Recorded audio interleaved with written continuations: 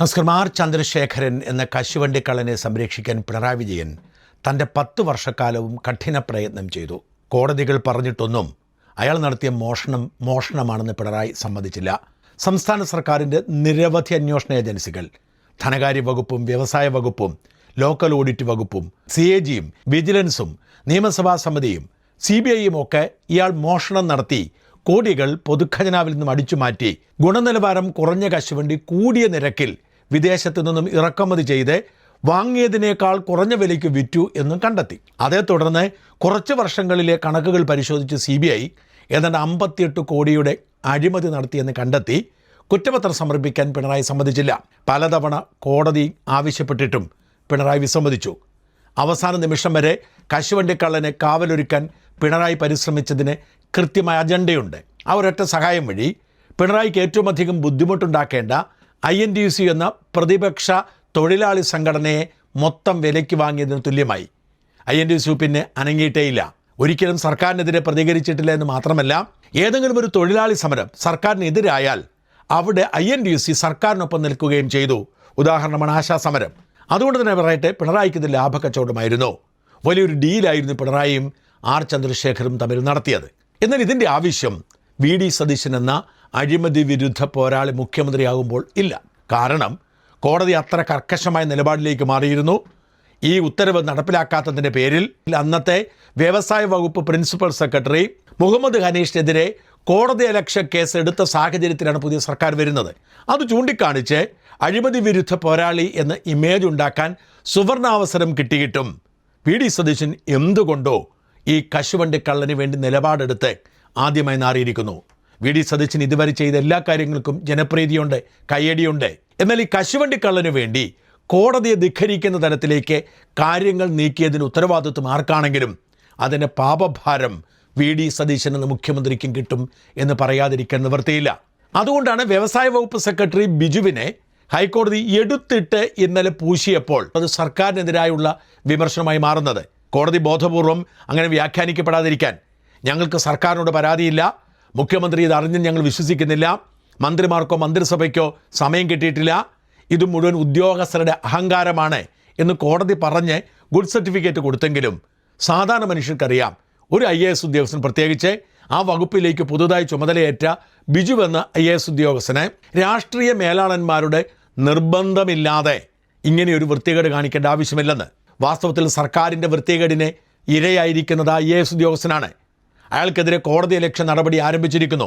അയാൾക്കെതിരെ അച്ചടക്ക നടപടിയെടുക്കാൻ സർക്കാരിനോട് കോടതി ആവശ്യപ്പെട്ടിരിക്കുന്നു. അങ്ങേയറ്റം ഖേദകരമായ സാഹചര്യത്തിലേക്ക് ഒരു സിവിൽ സർവീസ് ഉദ്യോഗസ്ഥനെ കൊണ്ടുവന്നത് എന്തിനാണ് VD സതീശൻ ഒരാവശ്യമില്ലാതെ പണി ഇരന്നു വാങ്ങിയത്? കോടതി എന്തുകൊണ്ടാണ് ഇത്രയും ക്ഷുഭിതരായത്? കഴിഞ്ഞ കുറേ കാലമായി കോടതി കൈകാര്യം ചെയ്യുന്നൊരു കേസാണിത്.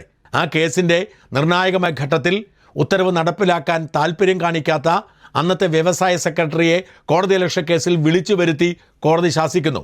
എന്നിട്ട് നിവൃത്തി കെട്ടിട്ട് പ്രോസിക്യൂഷൻ അനുമതി കൊടുക്കുമ്പോൾ ആ പ്രോസിക്യൂഷൻ അനുമതിയിൽ നിയമവിരുദ്ധമായ 3 കാര്യങ്ങൾ എഴുതി ചേർക്കുന്നു. ഒന്ന്, കോടതി നിർബന്ധിച്ചതുകൊണ്ടാണ് ഞങ്ങൾ അനുമതി കൊടുക്കുന്നത് എന്ന് പറഞ്ഞു. ഇന്നലെ ജസ്റ്റിസ് ബദറുദ്ദീൻ ചോദിച്ചു, ഏതു കോടതി എപ്പോഴാണ് നിർബന്ധിച്ചത്? കോടതി പറഞ്ഞത് ഇതാണ് സാഹചര്യം, അഴിമതി നടന്നിട്ടുണ്ട്, വേണ്ട നടപടി എടുക്കുമെന്നാണ്. പ്രോസിക്യൂഷൻ അനുമതി കൊടുക്കാൻ സൗകര്യമില്ല എന്ന് തുറന്നു പറഞ്ഞോളൂ. പിണറായി അതാണല്ലോ ചെയ്തത്. കോടതിക്കൊന്നും ചെയ്യാൻ കഴിയില്ല, അടുത്ത സ്ഥലത്തേക്ക് പോകണം. കോടതി പ്രോസിക്യൂഷൻ അനുമതി കൊടുക്കാൻ പറഞ്ഞില്ല. അഴിമതി നടന്നിട്ടുണ്ട്, കൊടുക്കേണ്ടതാണ്, നിയമ നടപടി എന്താണോ അത് ചെയ്യുക എന്നുള്ളതാണ്. അതായത് പ്രോസിക്യൂഷൻ അനുമതി കൊടുക്കാൻ കോടതി ഉത്തരവിട്ടത് കൊണ്ടല്ല, നേരെ മറിച്ച് അഴിമതി നടന്നാൽ ഒരു ജനാധിപത്യ സർക്കാർ കൊടുക്കേണ്ട ഉത്തരവാദിത്വം കൊടുക്കണമെന്നാണ് കോടതി ഉദ്ദേശിച്ചത്.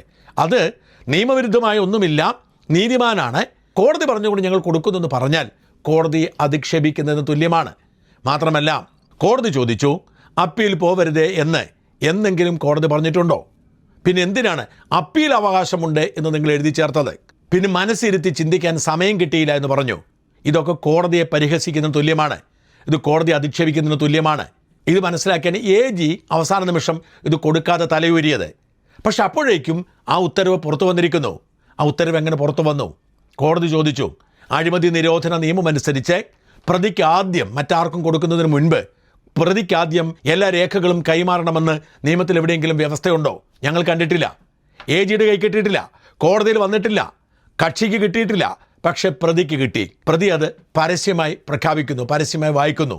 അപ്പോൾ പ്രതിക്ക് വേണ്ടി പ്രതി തന്നെ സർക്കാർ ഉദ്യോഗസ്ഥനെ കൊണ്ട് എഴുതിപ്പിച്ചതാണോ ഈ ഉത്തരവ്, ഈ പ്രോസിക്യൂഷൻ അനുമതി എന്ന് സംശയിച്ചാൽ എങ്ങനെ കുറ്റം പറയാൻ കഴിയുമെന്നാണ് കോടതി ചോദിച്ചത്.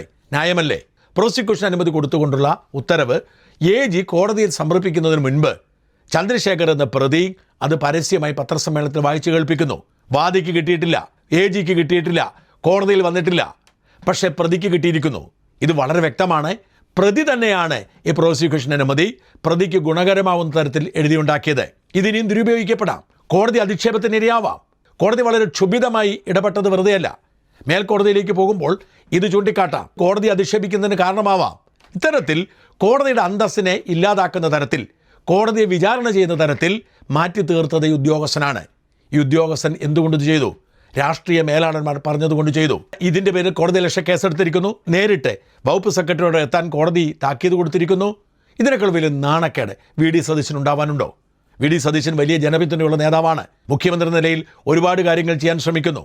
അപ്പോൾ സൂക്ഷ്മതയോടെ കൈകാര്യം ചെയ്യുന്ന ഒരു വിഷയത്തിൽ എന്തിനാണ് VD സതീശൻ ഇങ്ങനെ അങ്ങോട്ട് ആയുധം കൊടുത്ത് പണി വാങ്ങിയത്? കോടതിയുടെ സാഹചര്യം ഇതാണെന്ന് ബോധ്യപ്പെടുത്താം.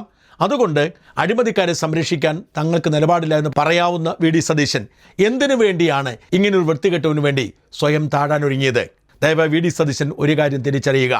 താങ്കൾ മുഖ്യമന്ത്രിയായത് പാർട്ടിയുടെ ഹയറാർക്കിയുടെ പിന്തുണ കൊണ്ടോ, ഹൈക്കമാൻഡിൻ്റെ പിന്തുണ കൊണ്ടോ, MLA-മാരുടെ പിന്തുണ കൊണ്ടോ അല്ല. താങ്കളുടെ നിലപാടിന് പൊതുസമൂഹം നൽകിയ പിന്തുണയെ മറികടക്കാൻ താങ്കളുടെ പാർട്ടിക്ക് കഴിയാത്തത് കൊണ്ടാണ്. അല്ലെങ്കിൽ DCC പ്രസിഡന്റോ പഞ്ചായത്ത് പ്രസിഡന്റോ പോലും ആവാത്ത VD സതീശൻ ഒരിക്കലും മുഖ്യമന്ത്രി ആവില്ല. ജനപിന്തുണയാണ് VD സതീശൻ്റെ ആയുധം. ആ ജനപിന്തുണയ്ക്കെതിരെ നിസ്സാരമായ നിലപാടെടുത്താൽ പോലും അത് VD സതീശൻ എന്ന വിഗ്രഹം ഉടയ്ക്കും.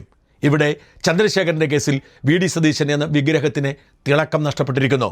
ദയവായി ഇനിയും ഇത്തരം മണ്ടത്തരങ്ങൾ ആവർത്തിക്കാൻ ശ്രമിക്കരുത്. നിയമം നിയമത്തിൻ്റെ വഴിക്ക് പോവട്ടെ, അഴിമതിക്കാർ അഴിയെണ്ണട്ടെ.